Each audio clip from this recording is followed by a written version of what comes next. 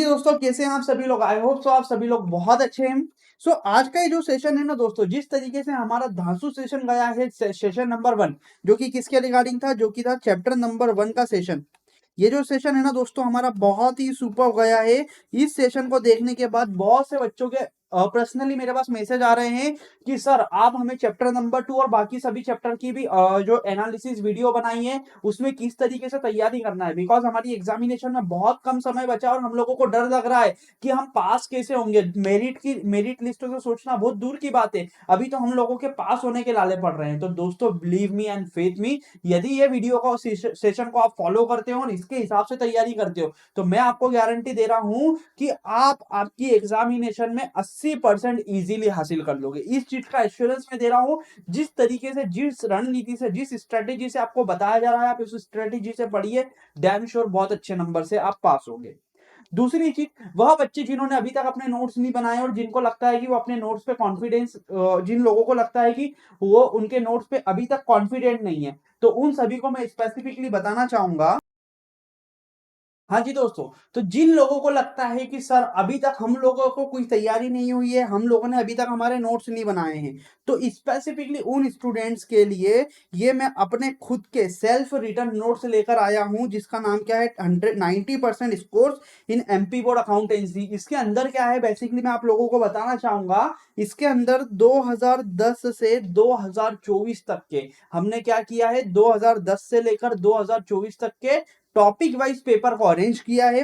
More than 1000 students इस copy को अभी तक ले चुके हैं। इसके अंदर बेसिकली आपको क्या मिलेगा मैं आपको बता देता हूं। ये स्पेसिफिकली चैप्टर नंबर 1 के नोट्स हैं, जो कि आप लोगों को अभी लिंक के थ्रू मिल जाएंगे। जिनको लगता है कि हमने नोट्स नहीं बनाए हैं, हमको अभी भी डर लग रहा है, तो आप ये रेडीमेड नोट्स ले सकते हो, क्योंकि इसमें 2010 से लेकर 2024 तक जितने भी क्वेश्चंस आए हैं उसको टॉपिक वाइज अरेंज किया गया है। थ्योरी के स्पेसिफिकली कस्टमाइज समरी नोट्स बनाए गए, सो दैट आप उस नोट्स को पढ़ के याद कर लो और वही लिखकर आप एग्जामिनेशन में आ जाओ, इजीली पास हो जाओगे। ठीक है, तो देखिए इसके अंदर हम लोगों ने क्या किया, स्पेसिफिकली इस बुक के अंदर मैंने क्या किया है कि जो आपका चैप्टर नंबर 1 है, जैसे हम बात करते हैं चैप्टर नंबर 1। चैप्टर नंबर 1 में क्या होता है, एक तो पूछी जाती है थ्योरी, दूसरे पूछे जाते हैं न्यूमेरिकल।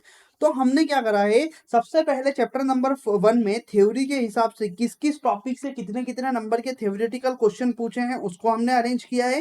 देन जो क्वेश्चन पूछे हैं उन सभी क्वेश्चन को मिलाकर उसके समराइज जो नोट्स है वो उसके नीचे हम लोगों ने क्या करा है दोस्तों, प्रोवाइड करा है, सो देट कि आप यदि ये नोट्स को कवर कर देते हो तो आपके नोट्स तो रेडी हो ही जाते हैं, आपको याद हो जाते हैं। साथ ही साथ आपके जो प्रीवियस ईयर के क्वेश्चन थे वो सभी प्रीवियस ईयर के 15 साल के क्वेश्चन आप लोगों के क्या है, कवर हो जाते हैं।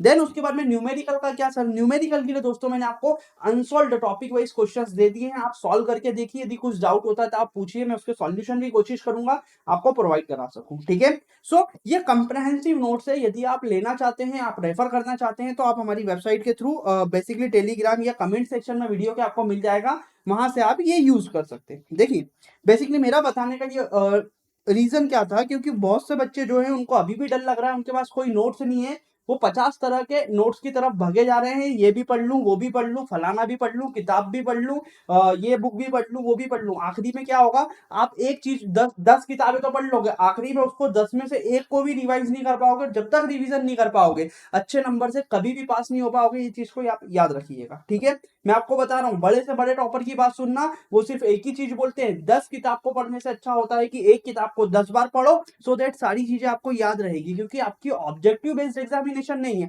आपकी डिस्क्रिप्टिव बेस्ड एग्जामिनेशन है, जिसमें आप लोगों को आंसर लिखना पड़ेगा। जब तक रिवीजन नहीं करोगे, जब तक कंटेंट रेडी नहीं होगा, कुछ भी नहीं लिख पाओगे एग्जामिनेशन में। ठीक है दोस्तों, आई होप तो आप लोगों को समझ में आया। ठीक है दोस्तों, थैंक यू सो मच।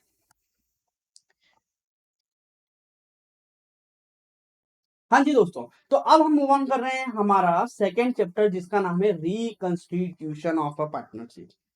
जिस तरीके से मैं आपको बता चुका हूं कि आपको जब भी तैयारी करना है, चैप्टर का रिवीजन भी करना है, तो रिवीजन करने के पहले देखो उस चैप्टर में से वो क्या पूछ रहा है, आपको पढ़ना क्या है। ऐसा नहीं है कि हम चले जाने, अरे हम तो घर से निकल गए, घर से निकल तो गए, अब जाना कहाँ है, वो मंजिल ले जाए, ऐसा नहीं है भैया। हमको घर से डिसाइड करके जाना है, हमको जाना कहाँ है।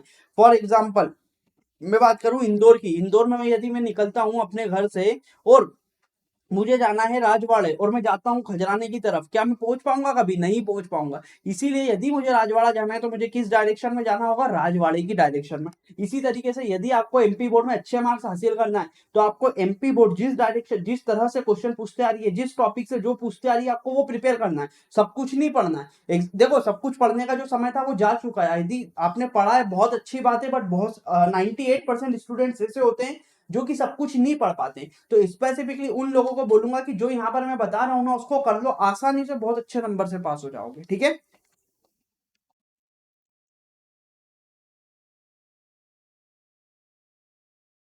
हाँ जी दोस्तों, तो देखिए चैप्टर नंबर 2 का यदि मैं एनालिसिस देखूं, तो चैप्टर नंबर 2 में यदि मैं बात करूं करूं किस चीज की, न्यूमेरिकल की या थ्योरी।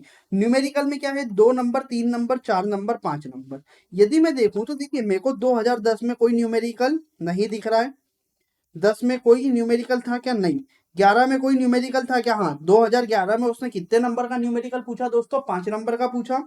देन 2012 की यदि मैं बात करूं, कितने नंबर का न्यूमेरिकल पूछा उसने? 5 नंबर का। 2013 में कितने का पूछा? 5 नंबर का। 2014 में कितने का पूछा? 5 नंबर का। 2015 में पूछा क्या? नहीं। फिर 2016, 15 यदि देखा जाए तो 15 क्या था? चैप्टर नंबर 1 के लिए भी एक्सेप्शनल साल था, चैप्टर 2 के लिए भी एक्सेप्शनल साल था। ठीक है। 16 में क्या? 5 नंबर का क्वेश्चन पूछा। 17 में 5 नंबर का पूछा। 18 में नहीं पूछा उसने। 19 में क्या करा उसने? 4 4 नंबर के दो और 5 नंबर का एक, मतलब 4 दूनी 8 और 5, 13 नंबर का पूछ लिया न्यूमेरिकल। फिर 2020 में क्या करा उसने? 4 4 नंबर के दो पूछे। 21 में क्या करा? 4 4 नंबर के दो पूछे। 22 में उसने क्या करा? 4 नंबर का एक क्वेश्चन पूछा। 23 में इसने क्या करा? 23 में उसने 3 3 नंबर के दो सवाल पूछ लिए और 2 नंबर का एक सवाल पूछ लिया। ठीक है। 2024 में क्या करा? 2024 में उसने 4 नंबर का एक सवाल पूछ लिया और 2 नंबर का एक सवाल पूछ लिया। मतलब मैं एक ऑन एन एवरेज इस चैप्टर से बात करके चलूं तो इस चैप्टर से गिरी हालत में मिनिमम 4 नंबर का तो क्या है, मैं बोल सकता हूं मिनिमम, कम से कम 4 मार्क्स का सवाल तो दोस्तों क्या है? Just minute. मैं यदि बोलूं चैप्टर नंबर 2 से, तो न्यूमेरिकल की बात करूं तो 4 नंबर का मिनिमम सवाल तो मेरा क्या है दोस्तों? बनना ही बनना है। 4 नंबर का मिनिमम सवाल चैप्टर नंबर 1 से बनना है। यदि पिछले 3 सालों का ट्रेंड, 3 सालों का ट्रेंड देखूं, तो 3 सालों में वो क्या कर रहा है? यहां से वो 2 नंबर के भी सवाल क्या है दोस्तों? बना रहा है। और 3 नंबर के सवाल भी क्या कर रहा है? बना रहा है। तो यहां पर यदि मैं देखूं तो पिछले 2019 के बाद से 5 नंबर का कोई सवाल नहीं आया, तो सवाल कितने नंबर का आएगा? 4 नंबर तक का आ सकता है, 2 नंबर का भी आ सकता है, 3 नंबर का भी आ सकता है। ठीक है सर, ये तो बात हमारे को समझ में आ गई। ठीक है। देन उसके बाद में यदि मैं थ्योरी वाले क्वेश्चंस की बात करूं, तो क्वेश्चन में तो हमको समझ में आ गया सर, न्यूमेरिकल में क्या कर सकता है? 4 नंबर, 3 नंबर और 2 नंबर के सवाल वो पूछ सकता है चैप्टर नंबर 2 से। थ्योरी की यदि मैं बात करूं तो थ्योरी में देखो आप क्या है, क्या 2010 में कोई थ्योरी पूछी? नहीं। क्या 2011 में पूछी? हाँ, 2011 में उसने क्या करा था? 5 5 नंबर की दो थ्योरी पूछी थी। 2012 में क्या करा था? 2012 में उसने 4 नंबर की एक थ्योरी पूछी। 2013 में फिर 5 नंबर की। 2014 में 5 नंबर की। 15 में 5 नंबर की। 16 में 5 नंबर की। 17 में 5 नंबर की। 18 में 5 नंबर की। 19 में उसने 4 4 नंबर की दो थ्योरी पूछी थी। 2020 में 4 नंबर की एक थ्योरी पूछी थी। 2021 में फिर 4 नंबर की दो थ्योरी, 4 4 नंबर की दो थ्योरी और 2 नंबर की एक थ्योरी। 2022 में 2 नंबर की एक थ्योरी पूछी, उसके अलावा कुछ नहीं पूछा। 2023 में सिर्फ सवाल पूछे। 2024 में उसने क्या करा? 4 नंबर की एक थ्योरी पूछी। मतलब मैं ये बोल सकता हूं कि क्या पॉसिबिलिटी है यहां पर, यदि मैं बोलूं थ्योरी की पॉसिबिलिटी है कि 2 नंबर में भी आ सकती है और 4 नंबर में भी क्या है दोस्तों? थ्योरी आ सकती है। तो मैं यदि बोलूं कि चैप्टर नंबर 2 की यदि सर मुझे प्रिपरेशन करना है, चैप्टर नंबर 2 की यदि मुझे प्रिपरेशन करना है, तो मुझे ये मान के चलना है कि न्यूमेरिकल 4 नंबर का आ सकता है और थ्योरी भी 4 नंबर की आ सकती है। इसलिए 4 4 नंबर के पॉइंट मुझे तैयार करना है, थ्योरी में 4 4 पॉइंट और न्यूमेरिकल 4 नंबर के हिसाब से क्या करना है दोस्तों? तैयार करना। आई होप सो दोस्तों आपको समझ में आया। अब सर तैयारी कैसे करें? अब हमको जो चैप्टर नंबर 2 की तैयारी करना है, आपने बोल दिया, आपने बता तो दिया कि 4 नंबर के सवाल के हिसाब से और 4 नंबर की थ्योरी के हिसाब से तैयारी करो। ठीक है। चैप्टर नंबर 2 जो है हमारा क्या है sir, reconstitution of partnership. Reconstitution of partnership में सर आपने ये तो बता दिया कि हमको क्या करना है, रिकंस्टिट्यूशन ऑफ पार्टनरशिप में हमको जो है थ्योरी भी प्रिपेयर करना है और न्यूमेरिकल भी क्वेश्चन प्रिपेयर करना है। थ्योरी कितने नंबर के हिसाब से दोस्तों हमको तो वो प्रिपेयर करना है, देखिए मैं आपको मेजोरिटी की बात करूं तो थ्योरी में वो आपसे क्या क्या पूछ सकता है, कितने नंबर के सवाल पूछ सकता है। थ्योरी में 2 नंबर और 4 नंबर के हिसाब से आपको तैयारी करना है। थ्योरी जो आपको करना है कितने नंबर के हिसाब से प्रिपेयर करना है दोस्तों, थ्योरी 4 मार्क्स के हिसाब से प्रिपेयर करना है और 2 मार्क्स के हिसाब से प्रिपेयर करना है। और न्यूमेरिकल यदि आप देखोगे तो न्यूमेरिकल में कैसे करना है, 4, 2 और 3, कितने, यदि मैं बोलूं 2 नंबर का सवाल, 3 नंबर का सवाल और 4 नंबर का सवाल, इस 3 के हिसाब से आपको क्या तैयारी करना है। तो थ्योरी के जब आप नोट्स बनाओगे तो आप हर नोट्स में क्या करोगे, 4 पॉइंट इंक्लूड कर लोगे, सो देट यदि 2 नंबर का क्वेश्चन आता है तो आपके पास नोट्स रेडी है, 4 नंबर का आता है तो आपके पास नोट्स रेडी है। न्यूमेरिकल आप सभी बड़े बड़े क्वेश्चन कवर कर लो, तो छोटा क्वेश्चन आता है तो आप क्या है आसानी से कर लोगे। अब सर ये बता दो कि आपने ये तो बता दिया तैयारी कैसे करना है चैप्टर नंबर 2 की, बट चैप्टर नंबर 2 में क्या क्या प्रिपेयर करें। ठीक है, तो देखिए दोस्तों सबसे पहले आपको थ्योरी में क्या क्या प्रिपेयर करना है मैं आप लोगों को बताते जाता हूं, आप मेरे साथ यहाँ पर नोट डाउन करते चलिए। यदि आप में से किसी को कुछ डाउट है तो आप पूछ सकते हो कमेंट सेक्शन के थ्रू।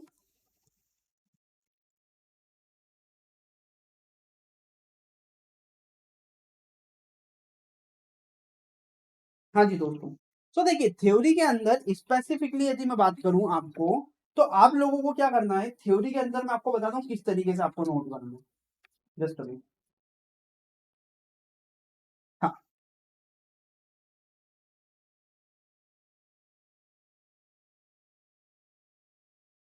हम्म, सबसे पहले आप क्या करोगे, सबसे पहले आप लिखोगे पहला topic, reconstitution of partnership firm.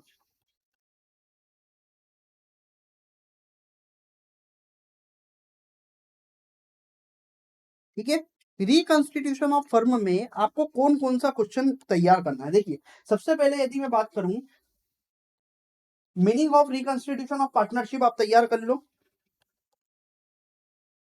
Reconstitution का मीनिंग क्या होता है वो आप तैयार कर लो। दूसरी चीज, मैं क्वेश्चन ही आपको लिखवा देता हूं, ठीक है।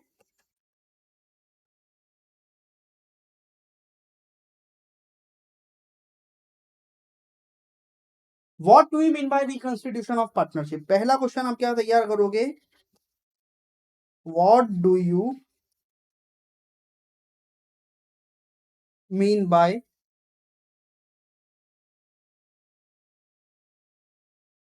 रिकंस्टिट्यूशन ऑफ पार्टनरशिप, पार्टनरशिप के रिकंस्टिट्यूशन से आप क्या समझते हैं, ठीक है दोस्तों। फिर उसके बाद में आपको दूसरा क्वेश्चन क्या तैयार करना है,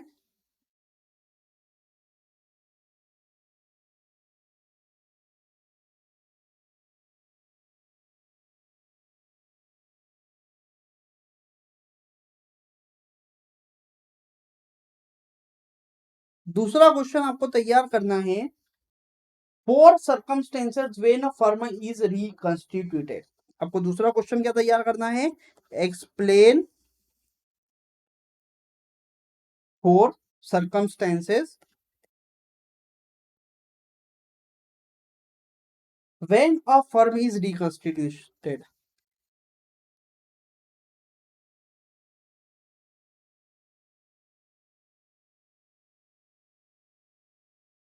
मतलब वो 4 दशाएं बताओ जिस जिनके कारण साझेदारी फर्म में क्या होता है, चेंजेस होता है, एग्जिस्टिंग पार्टनर का जो प्रॉफिट शेयरिंग रेशो चेंज हो जाता है, ठीक है।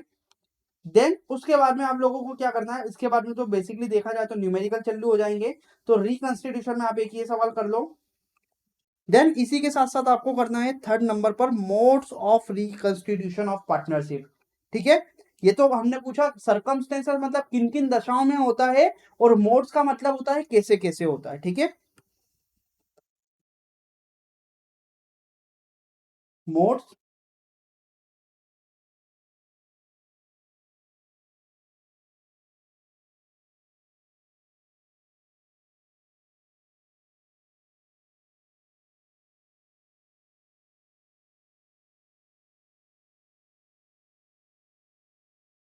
ठीक है। तो रिकॉन्स्टिट्यूशन ऑफ पार्टनरशिप फर्म में से आपको ये 3 क्वेश्चन जो है वो तैयार कर लेना है। रिकॉन्स्टिट्यूशन का मतलब क्या है? पहली चीज है दशाएं कब कब हो सकता है। पहली चीज change in profit sharing ratio, जब पार्टनर्स का प्रॉफिट शेयरिंग रेशो चेंज होता है तब आपका रिकॉन्स्टिट्यूशन होगा। देन उसके बाद में नेक्स्ट नेक्स्ट कब होगा? नेक्स्ट होगा कि यदि कोई नया पार्टनर आता है तो नए पार्टनर के आने से आपके पुराने साझेदारों के प्रॉफिट शेयरिंग रेशो जो है वो चेंज होंगे, उसकी वजह से रिकॉन्स्टिट्यूशन होता है।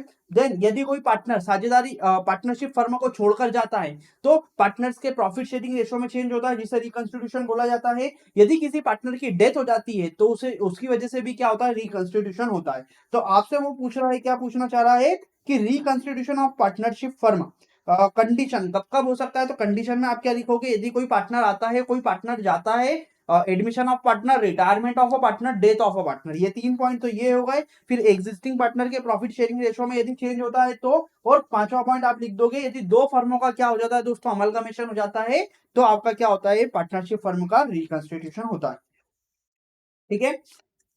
देन इसी चैप्टर से आपको एक इंपॉर्टेंट जो डिफरेंस है, दूसरा आपको क्या करके जाना है? जो डिफरेंस है एक, क्या gaining ratio and sacrifice ratio, त्याग का अनुपात और लाभ प्राप्ति अनुपात में क्या अंतर है वो तैयार करके जाना है।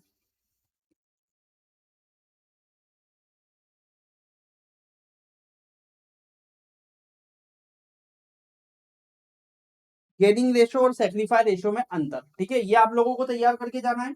देन इसके बाद में सर और क्या तैयार करके जाना है? एक तीसरा एक और डिफरेंस आपको इस चैप्टर से तैयार करके जाना है। एवरेज प्रॉफिट और सुपर प्रॉफिट में क्या अंतर होता है? ये एग्जामिनर का पसंदीदा, ये दोनों अंतर जो है पसंदीदा है। तो आपको एक डिफरेंस याद करके जाना है, कौन सा? एवरेज प्रॉफिट और सुपर प्रॉफिट मेथड में क्या अंतर होता है।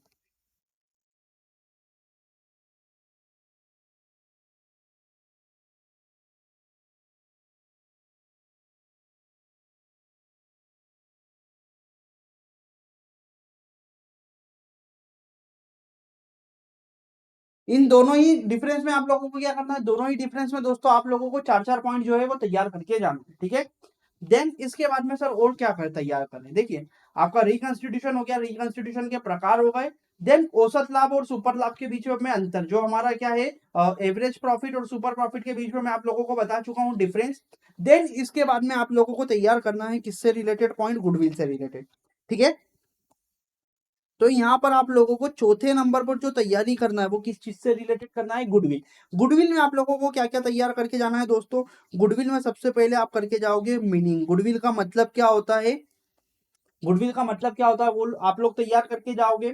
फिर कैरेक्टरिस्टिक क्या होती है गुडविल की, वो आप लोगों को तैयार करके जाना है।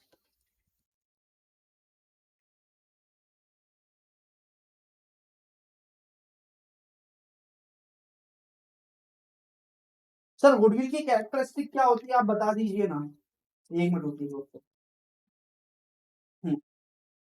देखिए, गुडविल की यदि मैं आप लोगों को कैरेक्टरिस्टिक बताऊं या उसकी जो विशेषताएं, वो क्या क्या विशेषता होती है। सबसे पहली चीज, यह एक अमूर्त इंटेंजेबल एसेट है, मतलब गुडविल एक ऐसी एसेट है जिसको ना तो हम देख सकते हैं ना छू सकते हैं, सिर्फ हमको पता होता है। जैसे यदि मैं आप लोगों को बोलूं टाटा, टाटा की क्या है गुडविल, क्या आप टाटा को छू सकते हो? कंपनी को नहीं। टाटा एक क्या है? ब्रांड है, तो उसको हम छू नहीं सकते। ठीक है। ये क्या है? सेलेबल एसेट्स है। गुडविल को क्या किया जा सकता है दोस्तों? बेचा जा सकता है। गुडविल की जो वैल्यू है वो घटती बढ़ती रहती है। गुडविल की वैल्यू क्या होती है? जितनी प्रख्यात होती है, मतलब जितना ज्यादा लोग जानते हैं, लोगों का ट्रस्ट होता है, उतनी ज्यादा गुडविल की वैल्यू होती है, और जितना कम लोग जानते हैं उतनी ही कम गुडविल की वैल्यू होती है। तो यदि मैं आपसे चार पॉइंट बोलूं तो सबसे पहली चीज क्या है? गुडविल एक इंटेंजेबल एसेट है, मोर ज्यादा प्रॉफिट अर्न करने में मदद करती है, इसकी वैल्यू घटती बढ़ती रहती है, और इसको क्या कर सकते हैं दोस्तों? हम सेल कर सकते हैं। ठीक है। देन इसके बाद में यदि मैं आपसे पूछूं, इसके बाद में आप लोगों को जो नेक्स्ट क्वेश्चन तैयार करना है, नेक्स्ट क्वेश्चन आप कौन सा तैयार करेंगे इसके बाद में?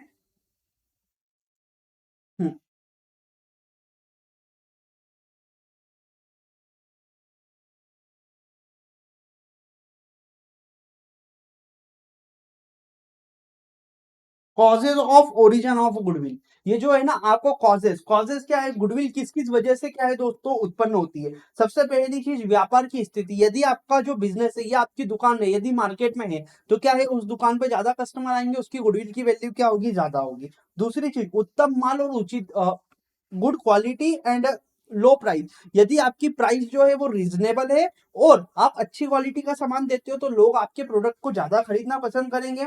देन व्यापारी का गुड बिहेवियर, यदि किसी व्यापारी का बिहेवियर अच्छा है तो उसके आना लोग ज्यादा प्रेफर करेंगे, क्योंकि लोगों का जो ह्यूमन बिहेवियर होता है वो लोग क्या है, लोग आपके व्यवहार से क्या है जाने जाते हैं। ठीक है, तो यदि आपका व्यवहार अच्छा होगा तो आपका व्यापार क्या होगा दोस्तों, ज्यादा से ज्यादा ग्रो करेगा।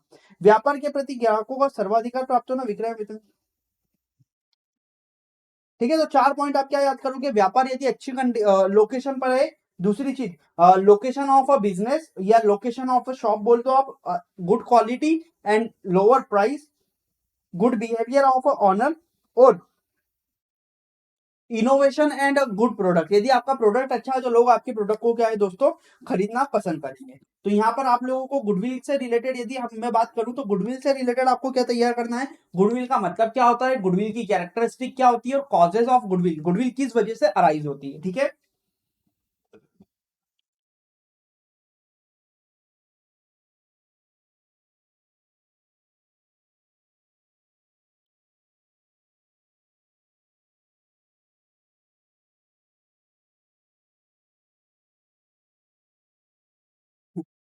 देन इसके बाद में सर क्या प्रिपेयर करना है, देखिए गुडविल से आप लोग ये तो प्रिपेयर कर लोगे।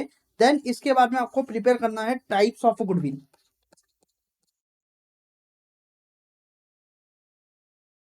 गुडविल दोस्तों कितने तरह की होती है, गुडविल बेसिकली 4 तरह की होती है।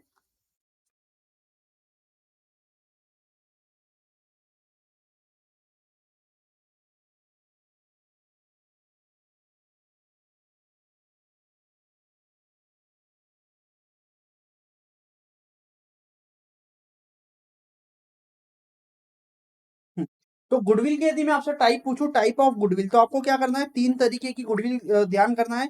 एक होती है केट के टाइप की गुडविल, दूसरी होती है दोस्तों हमारी डॉग के टाइप की गुडविल,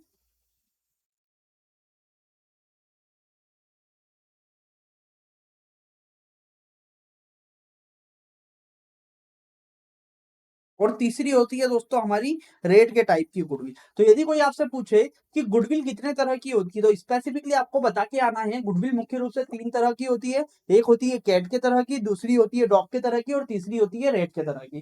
कैट के तरह की मतलब क्या होता है, बिल्ली का स्वभाव क्या होता है, घर का मालिक भले ही से बदल जाए, यदि बिल्ली किसी जगह पे रहती है तो मालिक भले ही से बदल जाए, दूसरा मालिक भी आ जाए तो बिल्ली क्या है उसी जगह पे रहेगी। तो ये क्या होती है, ये वह ख्याति होती है जो कि बिजनेस से संबंधित होती है। मालिक कोई भी हो उसको फर्क नहीं पड़ता, गुडविल हमेशा बिजनेस के साथ ही रहेगी। इसीलिए ये जो केट के स्वभाव की जो गुडविल होती है उसकी वैल्यू क्या होती है दोस्तों, इस तरह की गुडविल की वैल्यू सबसे ज्यादा होती है। दूसरे तरह की हमारी गुडविल होती है डॉग के स्वभाव की। डॉग क्या होता है, कुत्ता जो होता है अपने मालिक का बहुत वफादार होता है, यदि मालिक चला जाता है तो वो भी क्या है, कुत्ता भी उसके साथ साथ चला जाता है। तो डॉग के स्वभाव की जो गुडविल होती है वो किससे रिलेटेड होती है, बिजनेस से संबंधित नहीं होती है, वो उसके मालिक से संबंधित होती है। यदि मालिक बदल जाता है तो गुडविल भी क्या है, चली जाती है। इसीलिए इस प्रकार की वैल्यू जो होती है एज कंपेयर टू जो केट, केट की तरह की गुडविल से डॉग की तरह की गुडविल की वैल्यू क्या होती है दोस्तों, कम होती है। तीसरे नंबर पर आता है रेड। रेड मतलब होता है क्या, हमारा चूहा। चूहे का स्वभाव क्या होता है, चूहा एक जगह पे कहीं नहीं बैठता है, वो आज आपके घर में रहेगा, कल दूसरे के घर में रहेगा, परसों तीसरे के घर में रहेगा। इसीलिए सबसे कम वैल्यू होती है इस तरह की गुडविल की। क्या पता आज वैल्यू है कल रहे ना रहे, इसीलिए गुडविल कितने तरह की है, 3 तरह की, केट डॉग और रेड। सबसे ज्यादा वैल्यू किसकी, केट की, सबसे कम किसकी, चूहे की। ठीक है, आई होप तो दोस्तों आपको समझ में आया। फिर इसके बाद में सर और क्या प्रिपरेशन करना है इसमें, देखिए इसके बाद में यदि आप टाइप प्रिपेयर कर लोगे तो इसके बाद में आप लोगों को नेक्स्ट क्वेश्चन एक तैयार करना है। क्या, एज पर अकाउंटिंग स्टैंडर्ड 10 गुडविल, नया पार्टनर यदि पार्टनरशिप में आता है तो गुडविल का क्या ट्रीटमेंट होगा, एज पर अकाउंटिंग स्टैंडर्ड 10। जस्ट अभी,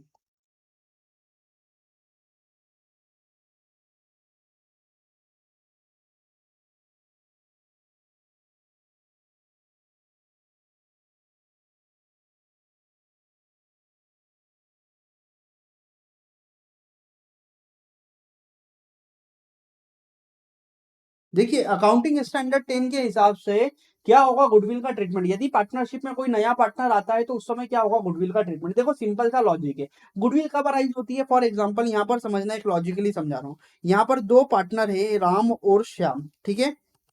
राम और श्याम ने क्या करा था, दो सन 2000 में इन्होंने एक व्यापार शुरुआत की थी और आज चल रहा है 2025। इन्होंने क्या करा, 25 साल मेहनत की।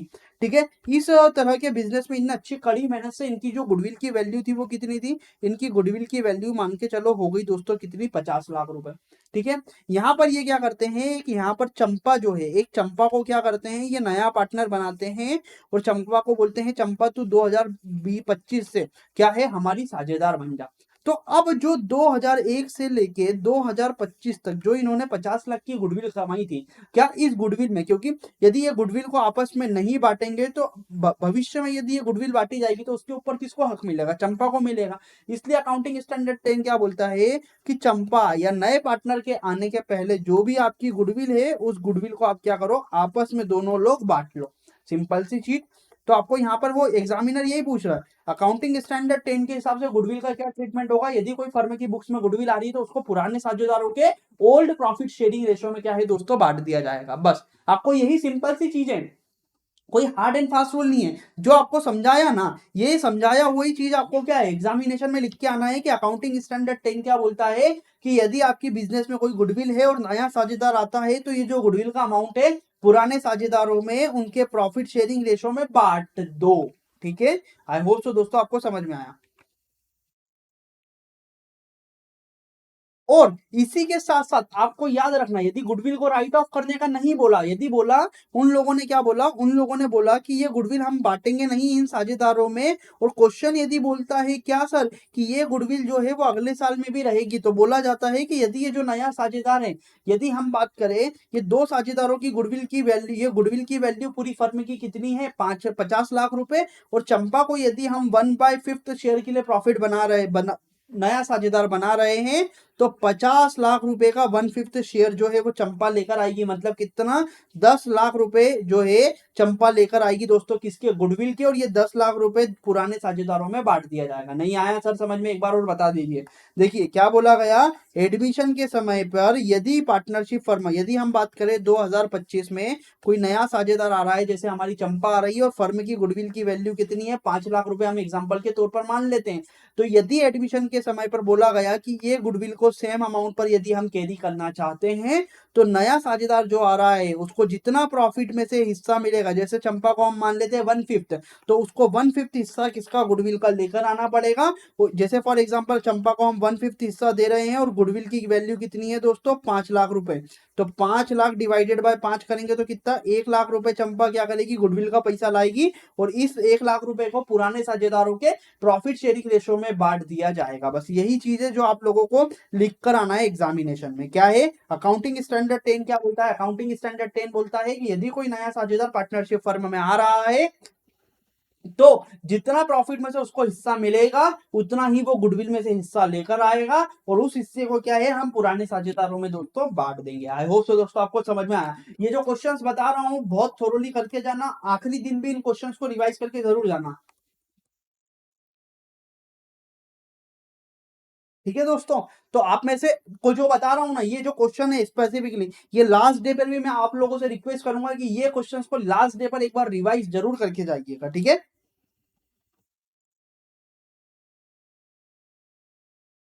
टाइप्स ऑफ गुडविल में आपको बता चुका हूं, डॉग के समान, डॉग के समान होती है, डॉग के स्वभाव की होती है, कैट के स्वभाव की, रेट के स्वभाव की। ठीक है, गुडविल किस किस वजह से अराइज होती है ये क्वेश्चन मैं आप लोगों को बता चुका हूं। कैरेक्टरिस्टिक ऑफ गुडविल दोस्तों हम लोगों ने कर लिया है। देन इसके बाद में आपको लोगों को नेक्स्ट क्वेश्चन करना है, method of valuation of a goodwill.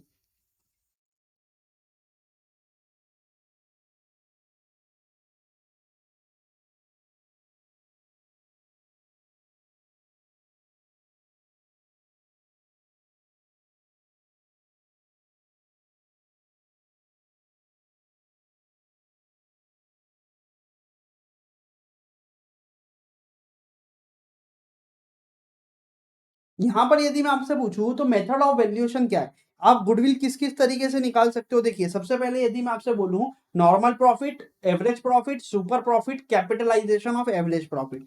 तो एक होगा नॉर्मल प्रॉफिट, नॉर्मल प्रॉफिट तो छोड़ ही दो, आपको यहाँ पर स्पेसिफिकली जो इंपॉर्टेंट मेथड है मैं वो बता रहा हूँ। एक तो कर लो एवरेज प्रॉफिट, दूसरी कर लो सुपर प्रॉफिट,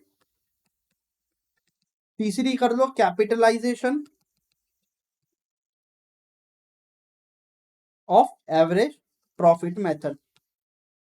ठीक है, तो आपको यहाँ पे ये थ्योरी में भी इसके ऊपर आपको ये जो इंपॉर्टेंट क्वेश्चन है ना, ये आपका क्या है, यहाँ से आपका न्यूमेरिकल भी बनेगा, इसलिए आप लोगों को इसके ऊपर क्या है दोस्तों ज्यादा फोकस करना है कि मेथड ऑफ वैल्यूएशन, गुडविल को वैल्यू करने की कितनी मेथड होती है, हमारी गुडविल को वैल्यू करने की 3 मेथड होती है, एवरेज प्रॉफिट, सुपर प्रॉफिट और उसके बाद में कैपिटलाइजेशन और एवरेज प्रॉफिट। इन तीनों के ऊपर आपका थ्योरी का सवाल भी बनता है और इसी के ऊपर आपका न्यूमेरिकल भी बनता है, इसलिए आपको इसके ऊपर क्या है बहुत ज्यादा कमान करके चलना है। ठीक है, then causes of origin of goodwill, goodwill किस किस वजह से अराइज होती है, ये क्वेश्चन हम लोगों ने कर लिया है। ठीक है, method of valuation of goodwill मैं आपको बता चुका हूं, ये जो क्वेश्चन है इंपॉर्टेंट है, आप इसको मार्क करके चलिए, 3 नंबर 4 नंबर में वो आपसे पूछ सकता है। कैरेक्टरिस्टिक दोस्तों हम लोगों ने कर ली है। Causes of composition of goodwill, देखिए यदि आपसे मैं पूछूं कि गुडविल अराइज होने के कारण, ये आपसे पूछ लेगा कॉजेस ऑफ कंपोजिशन, तो ये क्वेश्चन भी घुमा के आपसे पूछ सकता है। ठीक है, अकाउंटिंग स्टैंडर्ड 26 के अनुसार ख्याति के लेखांकन की विधि का वर्णन कीजिए। 2021 का क्वेश्चन है, अकाउंटिंग स्टैंडर्ड 26 के अनुसार ख्याति के accounting, discuss the procedure of accounting of goodwill according to the accounting standard 26। Accounting standard 26 के हिसाब से गुडविल का जो है आपको लेखांकन कैसे करना है, यहां पर आप कर दो। तो अकाउंटिंग स्टैंडर्ड 26 के हिसाब से आपको प्रिपरेशन करना है। ख्याति की विशेषता में बता चुका हूं, रिकॉन्स्टिट्यूशन ऑफ फर्म हो चुका है। ठीक है, तो यदि आप देखोगे तो यहां पर आप एक स्पेसिफिकली एक और पॉइंट लिख लीजिए, यहां पर मैं लिखा देता हूं, अकाउंटिंग स्टैंडर्ड 26 AS 26 के हिसाब से गुडविल का क्या ट्रीटमेंट होगा। ठीक है, तो यदि आप देखोगे सर, तो मैं एक बार आप लोगों को रिवाइज करा देता हूं कि वो बच्चे जो कि जिनको लगता है कि यार सर हमको तो थ्योरी पढ़ना ही नहीं है, तो उन बच्चों के लिए, जिन लोगों को लगता है कि सर हमको तो सवाल ही नहीं करना है, तो भैया आप लोग थ्योरी करके चले जाओ। थ्योरी में आप लोगों को क्या क्या करना है वो मैं आपको बता देता हूँ। देखिए, चैप्टर नंबर 2 की थ्योरी में सबसे पहले आपको तैयार करना है नोट्स किसके, आपको रिकॉन्स्टिट्यूशन ऑफ पार्टनरशिप के नोट्स तैयार करना है, जिसके अंदर आप सबसे पहले लिखोगे क्या, रिकॉन्स्टिट्यूशन का मतलब क्या है, फिर what do you mean by the reconstitution of partnership, reconstitution of partnership से आप लोग क्या समझते हो। पलक जहांगीर का क्वेश्चन है, thank you sir, thank you Palak, आप लोगों से रिक्वेस्ट है आप इस सेशन में पार्टिसिपेट कीजिए, जितना ज्यादा आप पार्टिसिपेट करेंगे आप सभी के नंबर आने की चांसेस बहुत अच्छे रहेंगे। ठीक है, फिर उसके बाद में रिकॉन्स्टिट्यूशन ऑफ पार्टनरशिप में दूसरा आप क्या करोगे तैयार, आप करोगे 4 circumstances when a firm reconstitution, वो दशाएं बताओ जब फर्म क्या होती है दोस्तों, रिकॉन्स्टिट्यूट होती है। क्यों क्यों फर्म रिकॉन्स्टिट्यूशन होता है, रिकॉन्स्टिट्यूशन का मतलब क्या होता है, एग्जिस्टिंग पार्टनर्स के प्रॉफिट शेयरिंग रेशियो में क्या होना, चेंज होना। तो कब कब प्रॉफिट शेयरिंग रेशियो चेंज होगा, या तो कोई पार्टनर आएगा जिसे बोला जाता है एडमिशन, या तो कोई पार्टनर जाएगा जिसे बोला जाता है रिटायरमेंट, या तो हो सकता है किसी पार्टनर की डेथ हो जाए तो एडमिशन हो गया, रिटायरमेंट हो गया, डेथ हो गया। उसके अलावा एग्जिस्टिंग पार्टनर्स में झगड़ा हो जाए, तो कोई झगड़ा हो जाए तो भी क्या हो जाएगा, प्रॉफिट शेयरिंग रेशियो दोस्तों चेंज हो जाएगा। ठीक है, फिर उसके बाद में थर्ड पॉइंट नोट्स क्या बनाओगे, मोड्स और forms of reconstitution of partnership, किन किन तरीकों से रिकॉन्स्टिट्यूशन हो सकता है वो आपको आपकी बुक में मिल जाएंगे, आपको नोट्स तैयार करना है। फिर इसके बाद में आप लोगों को, हाँ मैं यहाँ पर एक स्पेसिफिकली एक पॉइंट और दिखाना भूल गया है, एक डिफरेंस जो मुझे लग रहा है यहाँ से बन सकता है।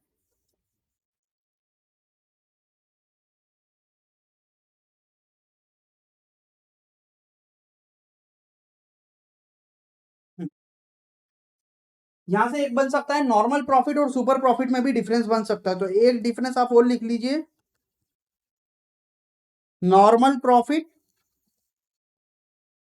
और वर्सेस सुपर प्रॉफिट में क्या अंतर है, यहां पर ये क्वेश्चन बन सकता है। तो इस चैप्टर से अंतर आने की पॉसिबिलिटी भी ज्यादा है, तो आपको चार चार अंतर डिफरेंस किस किस के याद कर लेना है, गेनिंग रेशो और सेक्रीफाई रेशो के बीच में क्या अंतर है, एवरेज प्रॉफिट और सुपर प्रॉफिट मेथड के बीच में क्या अंतर है, नॉर्मल प्रॉफिट और सुपर प्रॉफिट के बीच में क्या अंतर है। तो आपको यहां से इस चैप्टर से 3 अंतर रखे जाना है, पॉसिबिलिटी ज्यादा है कि आपको इन दोनों में से अंतर देखने को एग्जामिनेशन में दोस्तों क्या है मिल जाए। फिर उसके बाद में इसी चैप्टर का जो दूसरा पार्ट आता है वो आता है गुडविल। तो यहां से हमको क्या करना है, सबसे पहले तैयार करना है गुडविल का मतलब क्या होता है, दूसरी चीज याद करना है गुडविल की कैरेक्टरिस्टिक, कैरेक्टरिस्टिक क्या होती है। फिर उसके बाद में कॉजेज ऑफ गुडविल, गुडविल किस किस वजह से अराइज होती है। देन उसके बाद में टाइप्स ऑफ गुडविल, केट के तरीके की, डॉग के तरीके की और रेट के तरीके की गुडविल होती है। फिर अकाउंटिंग स्टैंडर्ड 10 और अकाउंटिंग स्टैंडर्ड 26 के हिसाब से गुडविल का क्या ट्रीटमेंट होता है वो हमको तैयार करना है। देन उसके बाद में हमको तैयार करना है कि वैल्यूएशन, गुडविल के वैल्यूएशन की जो मेथड होती है, जैसे कि एवरेज प्रॉफिट, सुपर प्रॉफिट और कैपिटलाइजेशन ऑफ अ प्रॉफिट, ये तीन तरीके की मेथड। तो यदि आप देखोगे, यदि ये क्वेश्चन कर लेते हो तो मैं बोलता हूँ आपकी 95% जो थ्योरी है चैप्टर नंबर 2 की, वो पूरी तरीके से होलिस्टिकली एंड डिटेली कवर हो जाएगी। ठीक है। फिर उसके बाद में दोस्तों हम लोगों को तैयार करना है क्या, इसके बाद में हम लोगों को तैयार करना है न्यूमेरिकल क्वेश्चन। ठीक है। तो अब मैं आप लोगों को बता रहा हूं कि न्यूमेरिकल क्वेश्चन में आपको क्या क्या तैयार करके जाना है।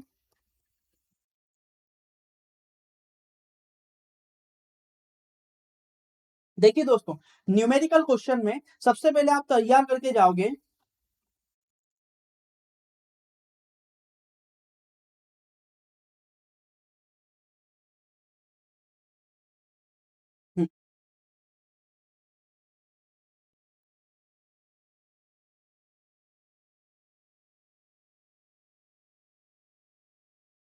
एवरेज प्रॉफिट मेथड से आपको गुडविल का जो वैल्यूएशन करना है, यदि आप देखोगे तो 2016 में इसके ऊपर क्या है दोस्तों, सवाल आया है। तो आपको ये एवरेज प्रॉफिट का जो 2016 में 5 नंबर का सवाल आया वो तैयार करके जाना है। फिर उसके बाद में आप देखोगे एवरेज प्रॉफिट का ही 2022 का सवाल आया है। ठीक है। 2022 में जो एवरेज प्रॉफिट का सवाल आया है वो आप लोगों को तैयार करके जाना है।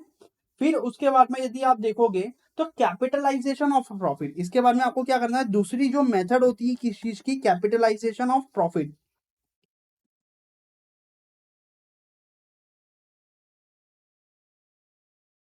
सर ये सवाल कौन से साल में आया कैपिटलाइजेशन ऑफ प्रॉफिट का, दोस्तों आप सवाल देखोगे तो 2019 में इसका सवाल आया है, वो सवाल आप लोगों को तैयार करके जाना है। फिर 2023 में भी इसी का सवाल आया है कैपिटलाइजेशन मेथड का, तो ये आपको तैयार करके जाना है। फिर उसके बाद में देखोगे 2024 में भी दोस्तों ये कैपिटलाइजेशन मेथड का सवाल आया है। फिर उसके बाद में 2013 में यदि आप देखोगे तो सेक्रीफाई रेशो, गेनिंग रेशो, तो यहां पर यदि आप देखोगे, मैं यहां पर स्पेसिफिकली बोलूं किस चीज से रिलेटेड सवाल, सेक्रीफाई और गेनिंग रेशो। तो यहां पर जो 2013 में सवाल आया था ना, वो 2013 का आप सवाल करके चले जाना, पॉसिबिलिटी है कि एग्जामिनर बहुत सालों बाद वो क्वेश्चन को रिपीट कर दे। फिर 2013 का जो सवाल आया था उसी से रिलेटेड सवाल 2019 में आया था, सेक्रीफाई और गेनिंग रेशियो का। फिर उसके बाद में देखोगे वही सवाल आपका दो उसी से रिलेटेड सवाल 2020 में आया था। तो सेक्रीफाई रेशियो और गेनिंग रेशियो के क्वेश्चन यहाँ से इंपॉर्टेंट है। 2021 में भी यहाँ से दोस्तों सवाल बना था और 2023 में भी यहाँ से सवाल बना था। इसलिए आप लोगों को क्या है, सेक्रीफाई रेशियो और गेनिंग रेशियो के जो सवाल आए हैं स्पेसिफिकली ईयर्स में, ये आपको तैयार करके जाना है। फिर इसके बाद में यदि मैं आपसे बोलूं नेक्स्ट आपको क्या करना है, इसके बाद में आप लोगों को तैयार करके जाना है दोस्तों कौन से, सुपर प्रॉफिट मेथड के क्वेश्चन। सुपर प्रॉफिट मेथड के क्वेश्चन, सुपर प्रॉफिट मेथड में सर कौन कौन से साल में सवाल आया था। देखिए सुपर प्रॉफिट मेथड में आप देखोगे 2011 में दोस्तों सवाल आया था। फिर उसके बाद में 2012 में सुपर प्रॉफिट का सवाल आया था। फिर उसके बाद में 2014 में सवाल आया था। 2014 के बाद में दोस्तों 2017 में सवाल आया था। 17 के बाद में आया था 2019 में सुपर प्रॉफिट मेथड का सवाल। उसके बाद में आया था 2020 में सुपर प्रॉफिट मेथड का सवाल। 2021 में सुपर प्रॉफिट मेथड का सवाल आया था। तो आप देखोगे तो न्यूमेरिकल्स में आपको क्या करना है, न्यूमेरिकल्स में यदि मैं बोलूं 2010 से लेके 2024 तक उसने क्या है, चार मेथड के ऊपर फोकस करा है। एक तो वो पूछ रहा है एवरेज प्रॉफिट मेथड के सवाल, दूसरा पूछ रहा है कैपिटलाइजेशन ऑफ प्रॉफिट, तीसरा पूछ रहा है गेनिंग रेशियो, सेक्रीफाई रेशियो, और चौथा पूछ रहा है सुपर प्रॉफिट मेथड के सवाल। तो आपको बस ये चार तरह के जो सवाल है इसके आप जो पढ़ रहे हो वो तो पढ़ो, बट ये चार तरह के जो सवाल है उसको आप लोगों को करके जाना है। ठीक है। तो अब आप में से बहुत से स्टूडेंट का सवाल आएगा कि सर आपने ये तो बता दिया, अब हमको रिवीजन कौन कराएगा, ना तो हमारे पास नोट्स है ना हमारे पास सवाल है, और हमको तो ये भी नहीं आता कि इन क्वेश्चन का सॉल्यूशन कैसे करना है। तो देखिए दोस्तों, ये सेशन खत्म होने के बाद मैं यहाँ पर आप लोगों के लिए स्पेसिफिकली इस चैप्टर के नोट्स बनाने बैठूंगा। कल तक हो सकता है कि जिस तरीके से मैंने चैप्टर नंबर 1 की नोटबुक दी थी उसी तरीके से मैं लॉन्च कर दूं, तो आपको उसके अंदर प्रीवियस ईयर के क्वेश्चन मिल जाएंगे, जो थ्योरी क्वेश्चन है इसके आंसर मिल जाएंगे, और इस बार कोशिश करूंगा कि जो न्यूमेरिकल है उसके क्वेश्चंस के उसके सॉल्यूशन भी आपको आंसर प्रोवाइड कर सकूं। Thank you so much and all the best for your examination. आप सभी से रिक्वेस्ट है, यदि चैप्टर नंबर 2 रिवीजन करने बैठ रहे हो तो ये सभी चीजों को पहले रिवाइज कर लेना, उसके बाद में बाकी सारी चीजें करना, ठीक है। और लास्ट डे पे भी यदि एग्जामिनेशन हॉल में जा रहे हो तो ये सारी चीजें फर्स्ट प्रेफरेंस पर देखकर जाइएगा, बहुत हेल्प होगी। Thank you so much and all the best for your examination.